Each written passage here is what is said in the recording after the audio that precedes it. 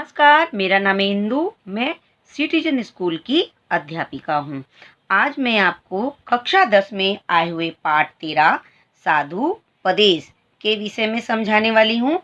पदेश के लेखक है काका हाथरसी। इनका जन्म हुआ है सन 1906 ईस्वी में और इनका निधन हुआ है 1995 ईस्वी में।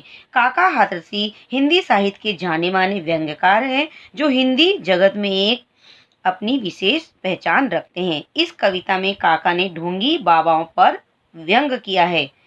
पाठ का सार है, साधुपदेश कविता में धूर्त बाबाओं की धूर्तता एवं ढोंग का वास्तविक चित्रण किया गया है। इसमें व्यंग्यात्मक शैली में ऐसे बाबाओं का कच्चा चिट्ठा खोलकर रख दिया गया है।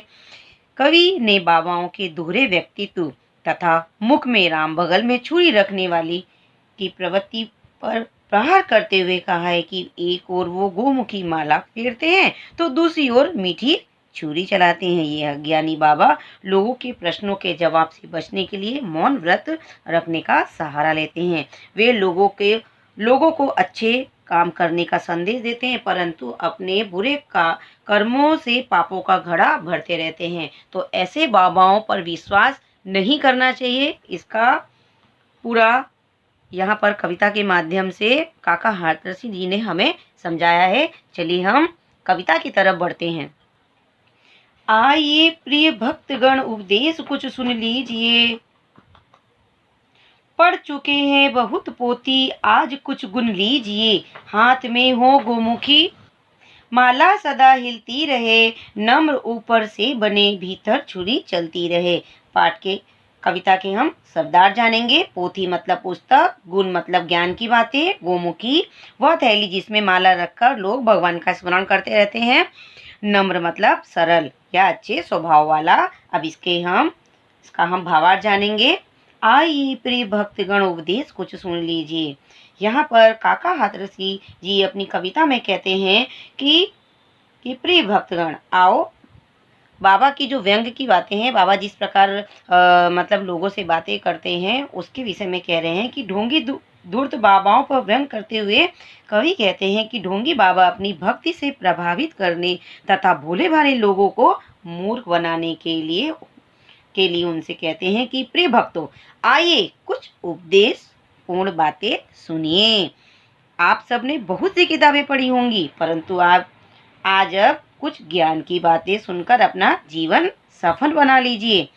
स्वयं को बड़ा साधु दर्शाने के लिए वे हाथों में क्या करते हैं, गोमुखी माला मतलब एक माला होती है जिसको एक थैली में रख के हमेशा फिराते रहते हैं और हमेशा राम नाम राम राम राम राम राम राम जपने का ढोंग करते रहते हैं, परंतु भक्तों को ठगने, मूर्ख बनाने और धोखा देने की कुचाल चढ़कर उनका अहित करते रहते हैं, भक्तों का बुरा करते रहते हैं। पर उनको बाबाओं को कुछ आता जाता नहीं। एक प्रकार का ये सिर्फ एक ढोंग है। नगर से बाहर बगीचे में बना ले झोपड़ी, दीप जैसी दे चमके सीप जैसी खोपड़ी।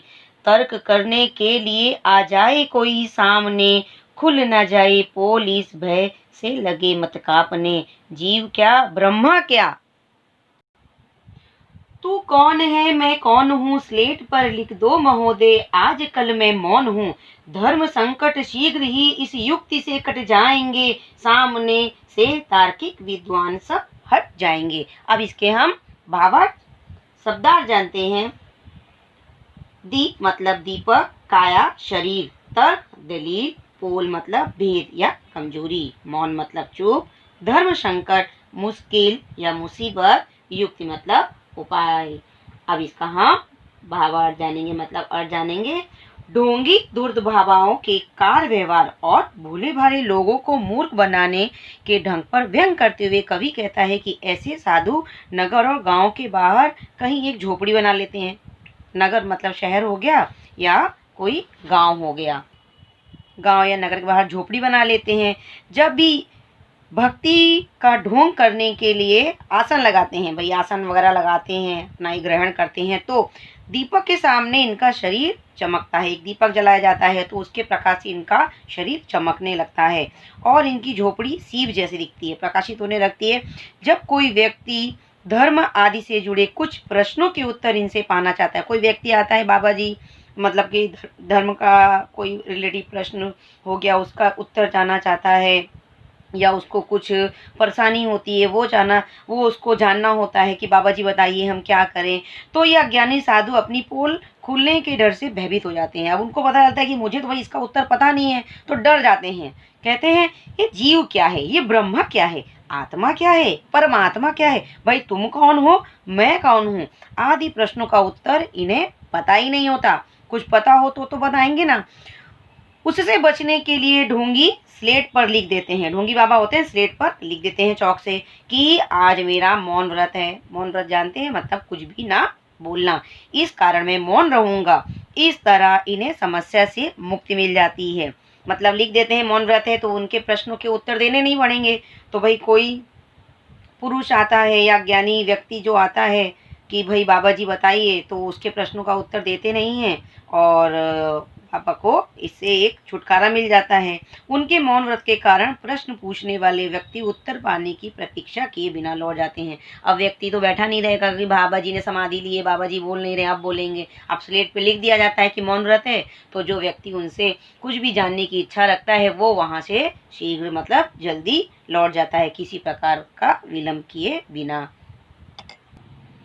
किए जा निष्काम सेवा सब फलेच्छा छोड़कर, याद फल की जब सताए खा पपीता तोड़कर। स्वर्ग का झगड़ा गया, भय भी नरक का छोड़ दे, पाप घट भर जाए तो काशी पहुँच कर फोड़ दे।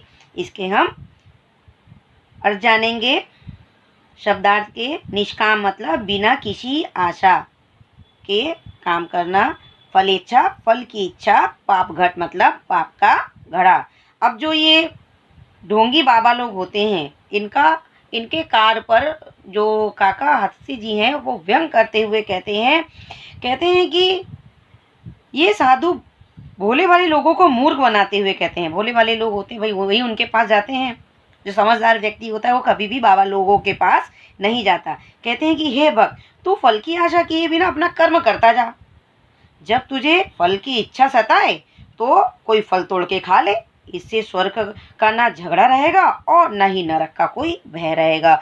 दूसरों को सदकर्म करने का संदेश देने वाले ये साधु बुरे कर्म करते हुए अपने पापों का घड़ा भरते रहते हैं। वे सोचते हैं कि काशी मतलब वाराणसी को बनारस भी कहा जाता है, जाकर गंगा स्नान कर लेंगे तो उनके सारे पाप धुल जाएंगे, पर ऐसा नहीं होता है। अगर ये साधु जो बाबा लोग होते हैं, गंगा स्नान करने से अगर को सारे पाप धुल जाते ना, तो धरती पर कोई पापी बसता ही नहीं। ऐसा नहीं होता है। हर व्यक्ति को अपने अच्छे कर्म करने चाहिए और इन बाबाओं पर विश्वास नहीं करना चाहिए। ये सब ढोंगी बाबा होते हैं। अगर इनके पास इतना ही ज्ञान होता, इतनी ही शक्ति होती, तो ये कहीं झोपड़ी बना रहे के किसी महल में रह रहे होते और इनके पास सारी सुख सुविधाएं होती। पर लोग इतने अज्ञानी हैं, इतने अंधविश्वासी हैं कि इन ढोंगी बाबाओं के चंगुल में फंस जाते हैं और उनका ही अहित होता है। पर ये चीज़ वो अज्ञानता के कारण समझ नहीं पाते हैं। तो अपने ज्ञान का प्रकाश है वो जागृत करिए, अज्ञानी बाबाओं के पास मत जाइए और सोच समझ के कोई भी निर्णय लीजिए, बाबाओं से दूर रहिए। नमस्कार।